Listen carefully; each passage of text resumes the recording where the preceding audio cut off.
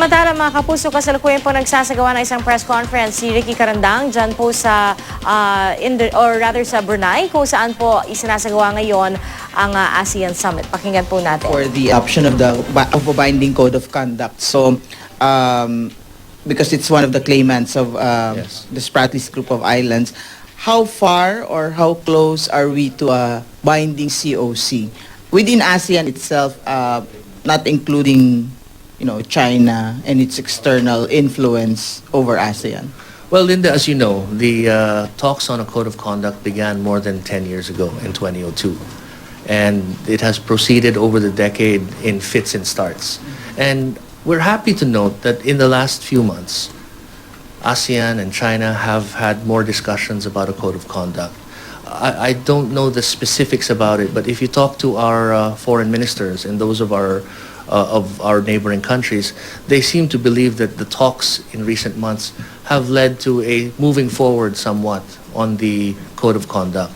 So there has been some progress, but it's difficult to say when we can expect something to happen because, as you know, these things do take time. They have taken more than 10 years, about 11 years. We're just happy to note that all sides seem to be reporting some progress on these talks. Sir, if ever ASEAN comes up with a code of conduct that is binding among its members, how will that affect China?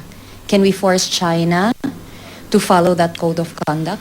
China will not be forced to follow the code of conduct because China is an active participant in these talks for a code of conduct. So we presume that any code of conduct that is agreed upon by all parties would include China. We are happy to note that despite all of the tensions that may arise every once in a while, that China has been participating in the talks for a code of conduct. And that to us shows us that they are also committed to preventing tensions from escalating in the region. So if we do reach a binding code of conduct, then we would presume that, that we would do so with the agreement of China.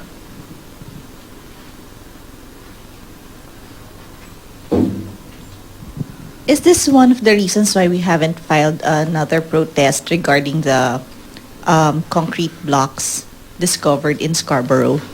I don't want to get into the specific details of why we filed this or why we're not meeting with Sea or things like that. This is all part of a strategy to find a resolution. There will be times for us to actively engage China. There will be times for us to sit back and let the processes take their course. The specifics of the strategy as to the timing are better left to the DFA. But I can say that what we're doing is consistent with our ultimate goal, which is a rules-based resolution that respects the sovereignty of the Philippines.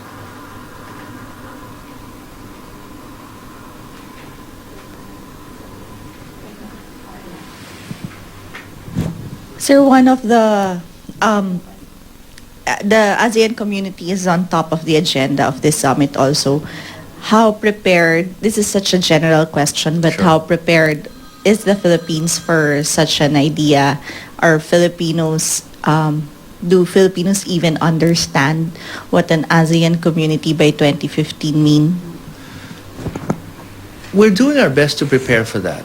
What will happen in 2015 is that barriers to the trade to the flow of goods around the region will be, in some cases, eliminated, in others, drastically reduced. We believe that this is in the interests of consumers in all of our countries, which is why this has been pursued. It will enhance the competitiveness and the efficiency of our businesses, and at the same time, it will provide competition in the retail, it will provide competition for supplying of goods, and that should lead to lower retail prices. So we believe that the consumers will benefit from something like this. Having said that, though, there will be certain industries that need to do more preparation than others, and we are helping these industries prepare. And the industries themselves, I have to say, it's not just the government telling these industries to prepare. These industries also, companies that intend to do business throughout the region over the next several years, are themselves aware of the challenges and are preparing in their own ways to meet those challenges. We've had a lot of time to prepare for this. This is not something that is a surprise. So we feel that by 2015 we should be prepared to deal with it, and we should actually benefit from it. Yung Philippines are in all aspects ready for that one community. Lifting of all the... Well, they won't be all. There are certain tariffs that countries will be allowed to keep in place, and certain restrictions will be allowed.